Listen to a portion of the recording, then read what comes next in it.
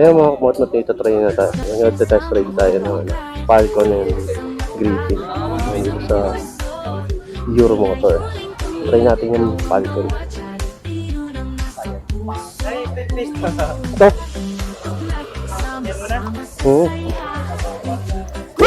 Ingat!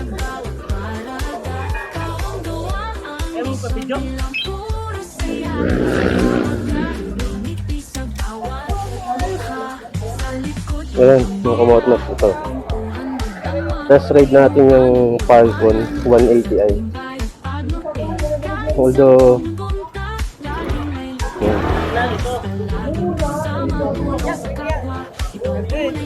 yeah.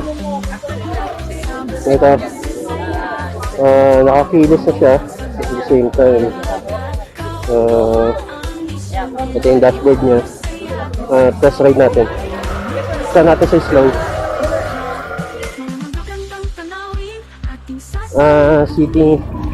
Sitting position so okay. Ano naman sitting position niya? Komportable at the same time okay naman. Totally ang gamit ng motor is Sniper 150. Try natin tong Falcon and at the same time kung anong features na pwede rito. Ayan. Ayan. Naka-tiptoe ako.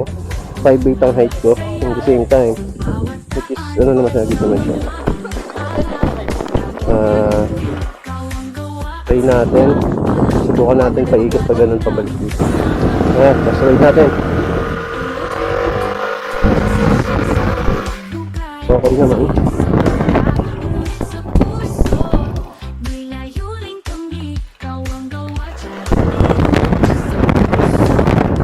Komportable. Ayos. Maganda, maganda. Yung handling niya. Okay siya. May hatak. Good siya, pero medyo parang pansin ko lang sa kanya. Pinalitan yung ano niya.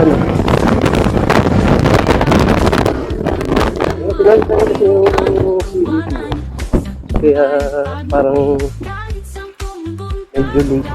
Napansin ko lang medyo late yung response ng throttle niya. Ayun lang pinaka-ano ko. Okay, ano.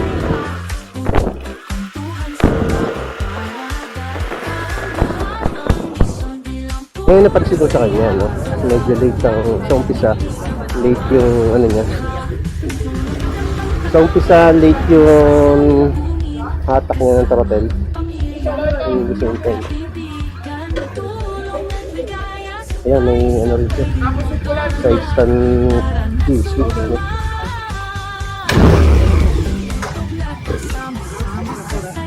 Ayan. Falcon para sa akin. Is-goods naman. Maganda. And at the same time, ang concern ko lang sa kanya is yung throttle niya. Medyo late nag-response. Pero pag nakabuelo ka na, maganda na. Ano na siya, quick throttle. Okay siya.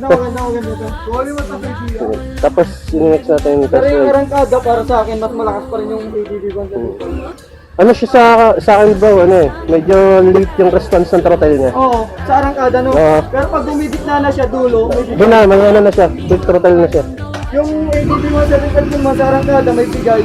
Magaling sa dulo, nawawala. Tapos ride natin yung pero magaling to.